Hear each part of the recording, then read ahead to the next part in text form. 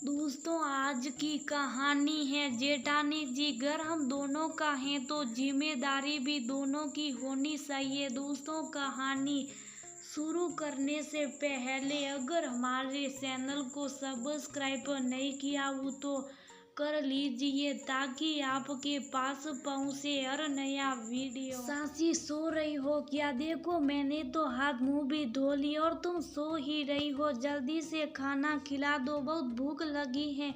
रोने इस प्यारे मनुआर पर कोई और दिन होता तो मेघा झट उठकर गरम थाली परोसती और रोन की स्कूल के ढेरों किस्से सुनती, उसे अपने हाथों से खिलाती। लेकिन आज के मिले धोखे के बाद दिल मजबूत कर मेघा ने साफ साफ रोहन को मना कर दिया। देख नहीं रही रोहन, बाबू को सुला रही हो, चलो जाओ यहाँ से, अपनी माँ से खाना मांग कर खा लो। रोहन को झिड़क कर मना करना कितना कठिन था मेघा के लिए। ये बात तो सिर्फ उसका दिल ही जानता था, लेकिन खुद के आत्म सम्मान के लिए कभी कभी सख्त कदम उठाना भी जरूरत बन जाता है। मेघा की शादी एक संयुक्त परिवार में हुआ था।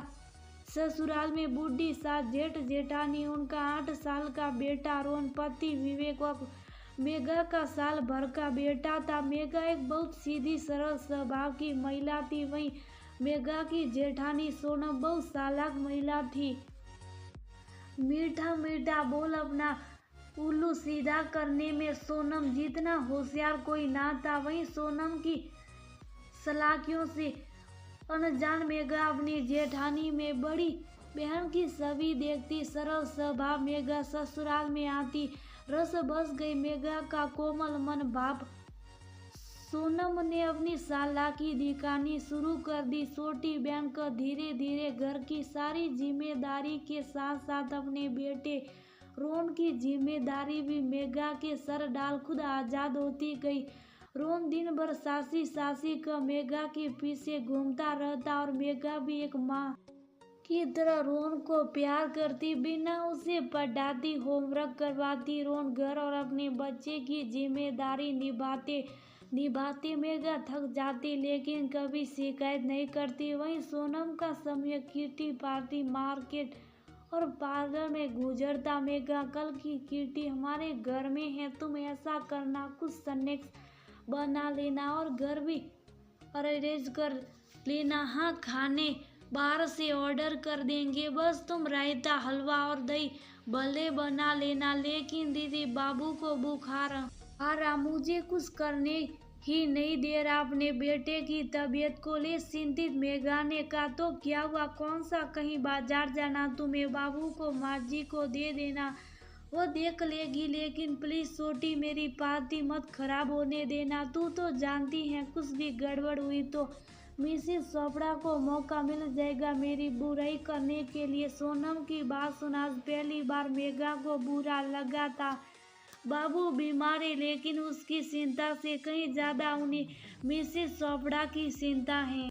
बिना कोई सवाल जवाब किए अगले दिन अपने बेटे को बुखार की दवा दे सुलाया और अपनी सास के पास दे जुट गई। रसोई में दोपहर होते होते सभी औरतें भी इकट्ठा हो गई। स्नैक्स के कई राउंड के बाद मेघा ने सोचा कि एक बार चाय या कॉफी पूछ लूं, कहाँ से ढूंढ कर लाई है ऐसी देवरानी, वो भी आज के जमाने में। इतनी अच्छी सजावट, इतना स्वादिष्ट खाना, वाह मजा आ गया। अरे मेरी देवरानी, खाना बनाकर खिलाना तो दूर की बात है, सीधे मुंह बात भी नहीं करती।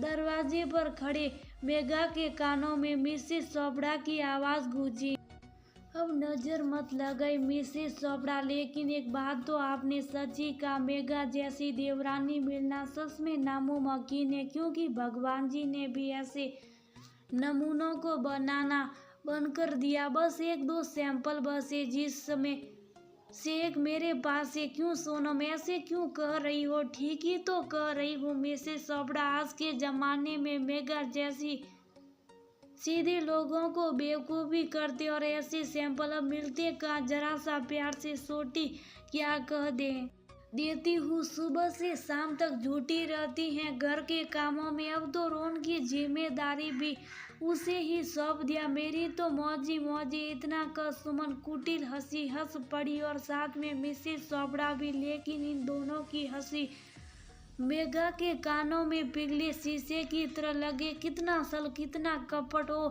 शशि तो कह रही है दीदी, बेवकूफ़ी तो हूँ मैं जो अपने पति के साथ कुछ फुर्सत के पल बिताने के बजाय अपनी जेठानी के कामों में खुद को लगा देती थी। और सच में कितनी बेवकूफ़ थी मैं जो अपने बच्चे के साथ खेलने, उसकी देखभाल की बजाय दीदी के बच्चे की कामों में जुटी रहती थी। मैंने तो अपना परिवार समझ सब कुछ किया, लेकिन मेरे इस सीधेपन को मेरी कमजोरी और मेरी बेवकूफ़ी समझ दीदी ने मेरा फायदा उठाया, मुझे धोखा दिया। मन ही मन अब मेघा ने फैसला ले लिया था कि अब अपने स्वभाव का फायदा वह सोनम को नहीं उठाने देगी। माँ भूख लगी है, खाना दो ना। रोन ने भूख से बेहाली अपनी माँ को जागते हुए कहा। ओ देख नहीं रहा, मैं सो रही थी और रोज तो तुझे तेरी सासी खाना परोस देती, फिर आज क्या हुआ? सासी ने कहा से खाना अपनी माँ से हाथों लिया कर मुझसे नहीं। रोन की बात सुन एक बार तो सोनम सौंक गई, लेकिन ज्यादा ध्यान ना देते हुए पढ़ने लगा। रोन को दे दिया, लेकिन शाम को भी जब रोन ने मेघा को होमवर्क में मदद करने को कहा तो मेघा ने साफ साफ मना कर दिया और अपने बेटे को ले पार्क चली गई। तब सोनम को महसूस हुआ कि कुछ तो गड़बड़ है। क्या बात है छोटी, तबीयत ठीक नहीं है क्या? आज खाना भी नहीं बनाया तुमने? रसोई शांत देख सोनम ने जिज्ञासा जाहिर की। नहीं दीदी, तबीयत तो बिल्कुल ठीक है, और रही बात रसोई की तो सुबह मैंने बनाया था, तो अब रात में आप जिम्मेदारी संभाले। दोनों समय रसोई और घर संभालने के पीछे मैं मेरे बेटे पर ध्यान नहीं दे पाती।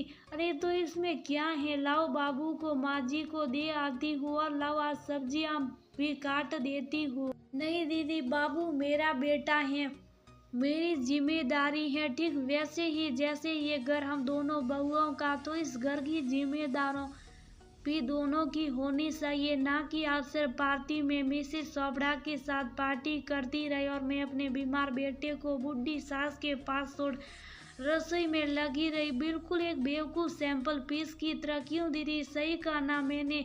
दरड़ सवर में मेघा ने सोनम की आंखों में आंखें डाल कहा तो सोनम दंग रह गई। सोनम ने सपने में भी नहीं सोचा था कि मेघा ने उनकी बातें सुन ली थी। सच्चाई सामने थी और ऐसे में सोनम ने जर्जर सुरा वहां से निकल जाना ही उसी समझा। लड़ाई झगड़ा मेघा का स्वभाव नहीं था, इसलिए शालीनता का परिचय देते हुए मेघा ने आज सोनम को सच्चाई का आईना दिखा दिया और घर की शांति भी भंग नहीं की। अपनी जेठानी के सल को, उसके धोखे को जिंदगी के एक सबक की तरह ले मेघा ने इस घटना को भूला। आगे बढ़ने में अपनी समझदारी दिखाई। मेघा ने सोच लिया था कि अब अपने कोमल स्वभाव को अपनी कमजोरी नहीं अपनी ताकत बनाएगी, उन्हीं की मदद करेगी जिन्हें सच में मदद की जरूरत होगी, ना कि सोनम जैसे लोगों की।